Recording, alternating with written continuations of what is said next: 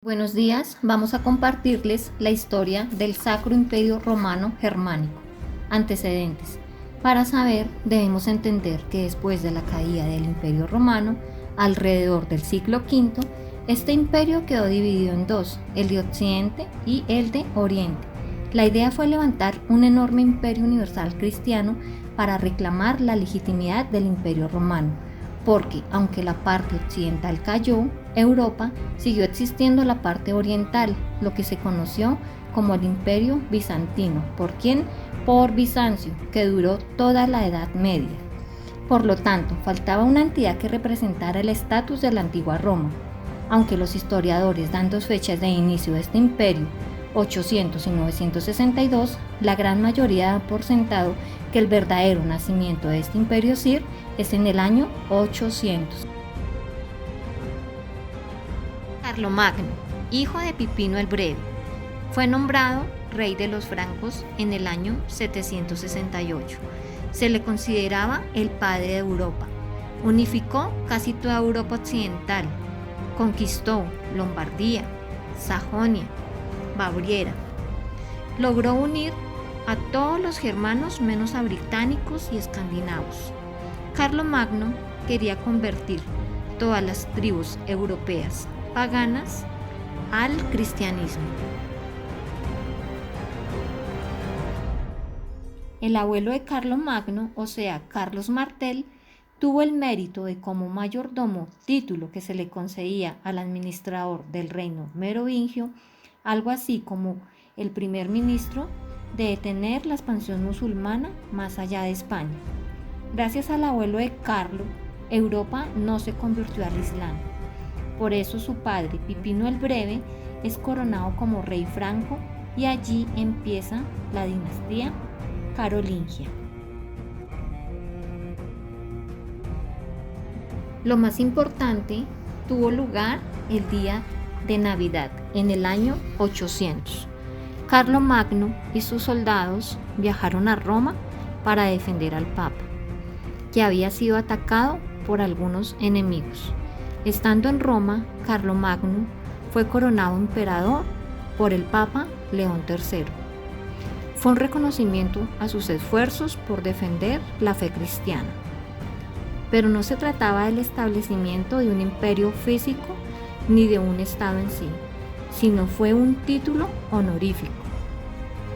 Esto es visto por algunos como el inicio del Sacro Imperio Romano Germánico, porque a partir de aquí todos los emperadores serían coronados por el Papa, el máximo jerarca de la Iglesia Católica.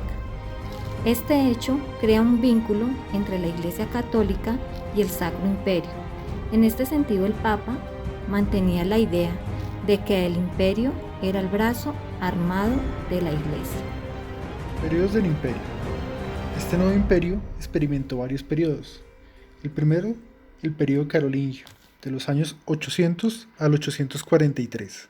Segundo, el periodo decadente, de los años 843 al 961. Y tercero, el periodo renovado, de los años 961 a 1809. Este fue el estado territorial más grande de Europa medieval. A lo largo de su historia fue gobernado por 5 familias: la dinastía carolingia, la dinastía sajonia, la dinastía franconia, la dinastía Hohenstaufen y la dinastía Habsburgo.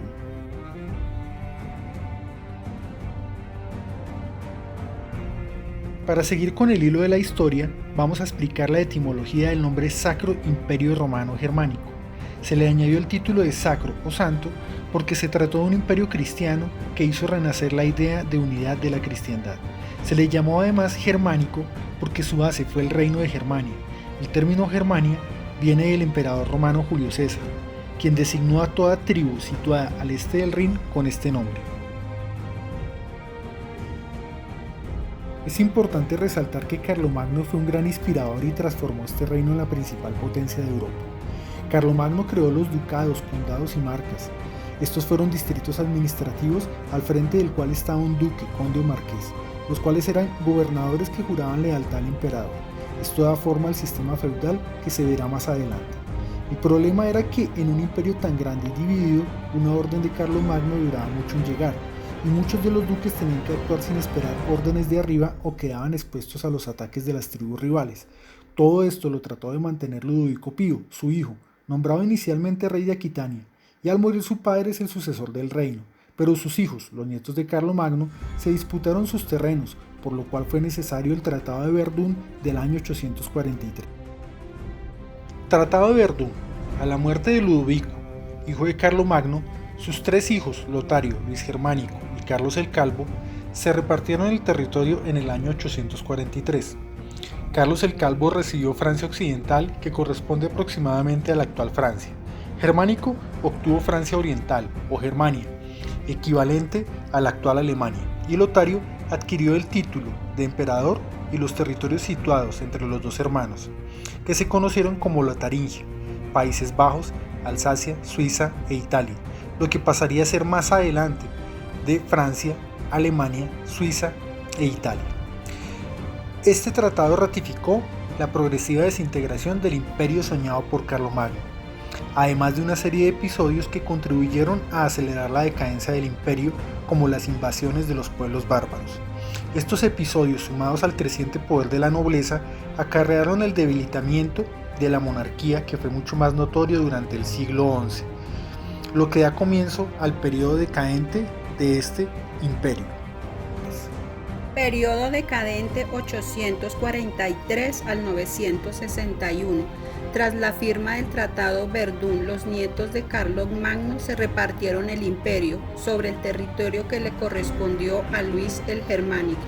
Se estableció el reino Germania, lo que se conoce también como Primer Reich. Este fue gobernado por los descendientes carolingios hasta el año 911, cuando muere Luis IV.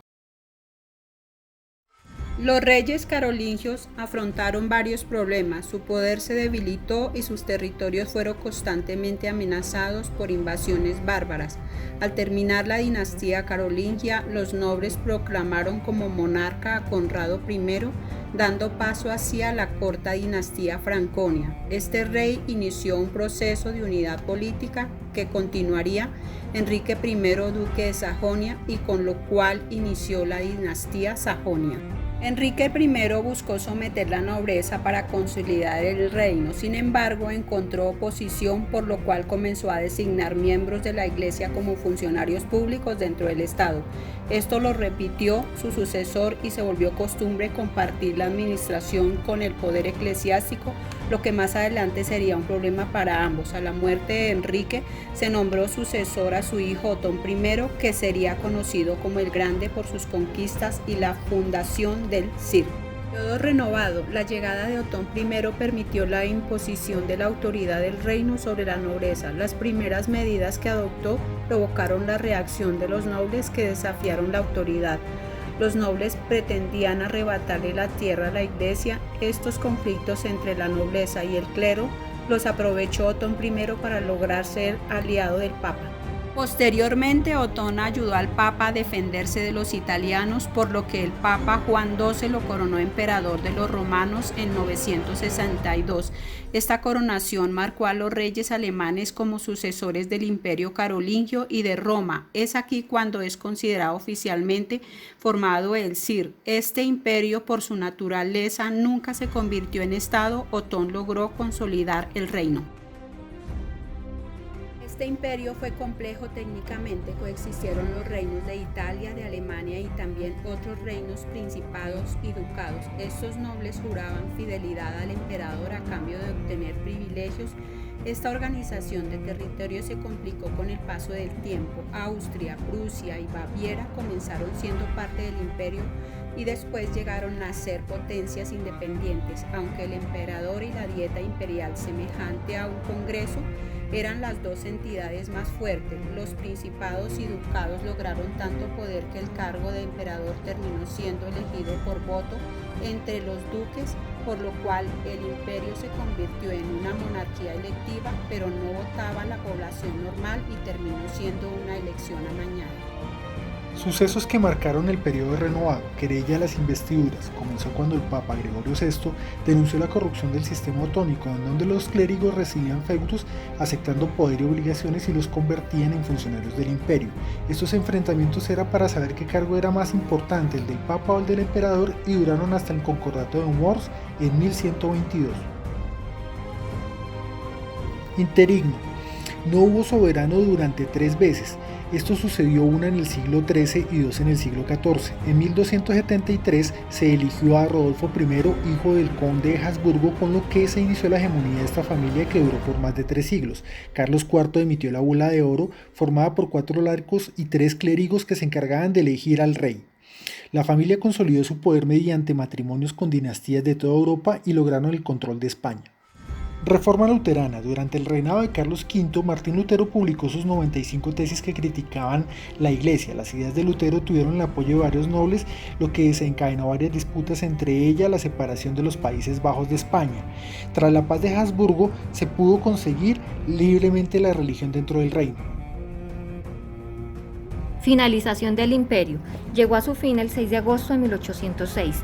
El imperio desaparecería formalmente cuando su último emperador, Francisco II, a consecuencia de la derrota militar a manos del ejército francés de Napoleón Bonaparte, decretó la supresión del Sacro Imperio con la clara intención de impedir que Napoleón se apropiara del título. Todos los estados alemanes que formaban parte del imperio, menos Austria y Prusia, fueron reorganizados y convertidos en la Confederación del Rin. Este imperio se erigió con la finalidad de definir el rumbo político y religioso de Europa, pero al parecer sus disputas internas y el paso del tiempo definirían su rumbo final. Gracias por su atención. Selmira.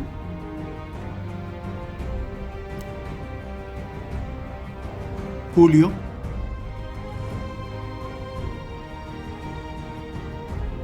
Ángela.